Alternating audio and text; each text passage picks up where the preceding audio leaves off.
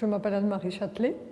À l'heure actuelle, j'enseigne à l'école d'architecture de Versailles, l'histoire de l'architecture.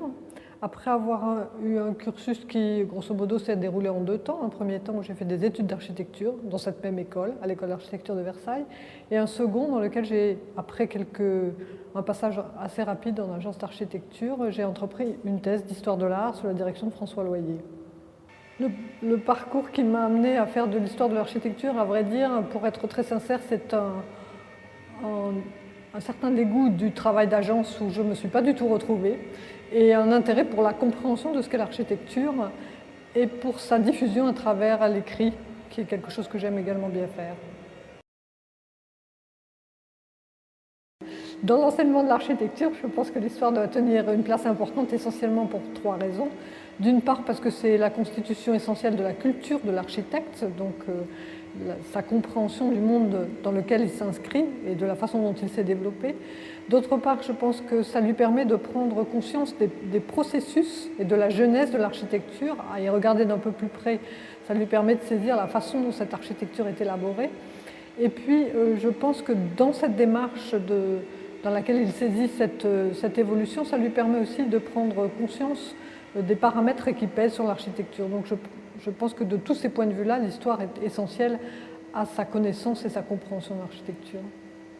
Je pense que ces dernières années, ces récentes dernières années, ont marqué un recul de l'histoire dans les écoles d'architecture, ce que je ne pense pas une bonne chose, bien évidemment, et qu'il importe à nouveau de redévelopper cette place et de lui donner celle qu'elle a pu avoir il y a une dizaine d'années ou une quinzaine d'années.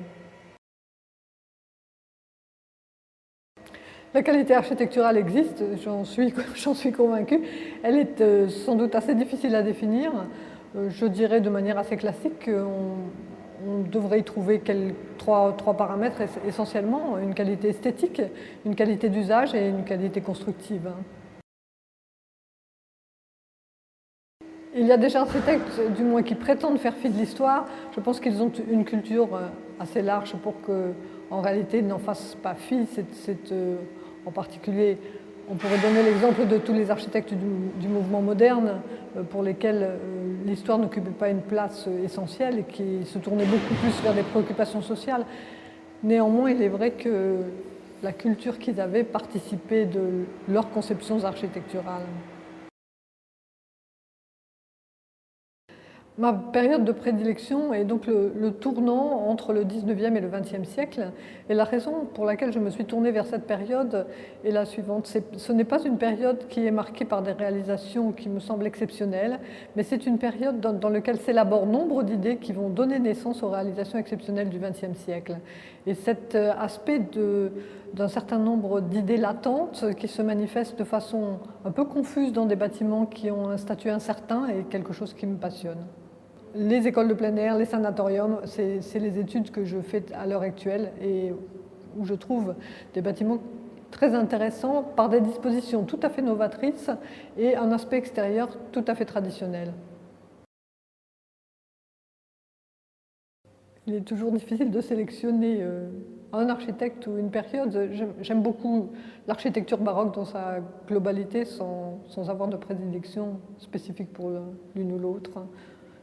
J'aime bien aussi toutes les architectures rurales. Il m'est très difficile de pointer un architecte ou un individu parmi l'ensemble d'une production que j'aime dans sa totalité sous ses formes les plus variées. Ce qui m'intéresse le plus dans ce que je fais, c'est d'essayer d'établir une corrélation entre l'émergence de certains bâtiments monumentaux et leur préfiguration, si on peut dire, à travers un certain nombre de bâtiments tout à fait ordinaires. Donc si j'ai une incitation à donner, c'est de se promener dans la rue et de regarder l'ensemble des bâtiments. Je pense que c'est par là qu'on comprend mieux l'architecture et qu'on peut y compris comprendre ce qui sera le futur des bâtiments monumentaux.